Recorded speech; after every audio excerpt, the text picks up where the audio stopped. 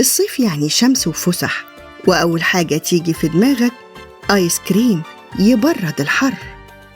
بس عمرك سألت نفسك مين رسم الدب الأزرق اللي فضل سنين جزء من ذكريات طفولتنا؟ يلا بينا في براندات زمان نتعرف على حكايته. الصيف في مصر ليه طقوس: حر شديد، بحر، مصيف، آيس كريم. وفي وسط كل الذكريات كان في دب أزرق مبتسم بيبصلك من على العلبة.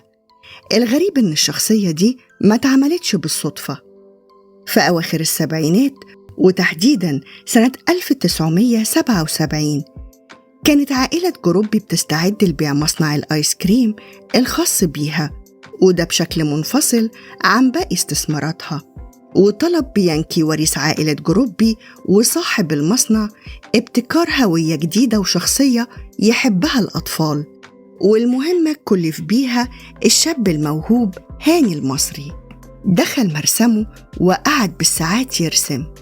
جرب كل الحيوانات: الأرنب، القرد، الدولفين، وحيوانات كتير، وفي كل مرة كان بيقطع الورقة لحد ما رجع بذاكرته للطفولة وافتكر إنه هو كان طفل مليان، وكان دايماً بيلبس هدوم زرقاء، وأهله كانوا دايماً يهزروا معاه ويقولوله يا دبة يا زرقاء.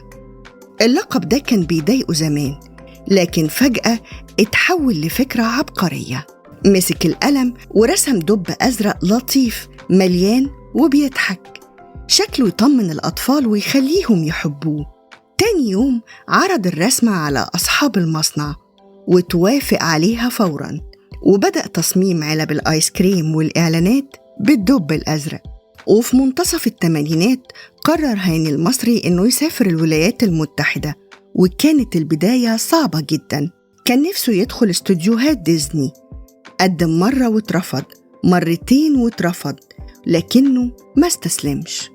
وفي سنة 1990 اتحقق الحلم وبقى من فريق العمل في ديزني، وشارك في أعمال عالمية زي فيلم The Prince of Egypt، واللي كان له دور مهم في مراجعة التفاصيل التاريخية والبصرية الخاصة بالحضارة المصرية. هاني المصري خريج كلية فنون جميلة، اشتغل مهندس لأشهر المسرحيات زي العيال كبرت وشاهد ما شافش حاجة.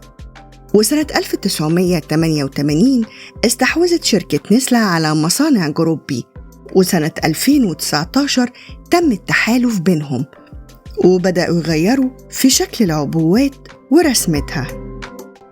يمكن وانت صغير كنت شايف الدب الأزرق مجرد رسمة على علبة آيس كريم، لكن الحقيقة إنه كان حكاية فنان عرف يحول ذكرى مؤلمة من طفولته لابتسامة رسمها على وش ملايين الأطفال. وده يخلينا نسأل: كم ذكرى في حياتنا ممكن تتحول لنجاح لو بصينا لها بطريقة مختلفة؟ خلصت حلقتنا من براندات زمان. استنوني في حلقة جديدة. كنت معاكم أنا مروة صالح.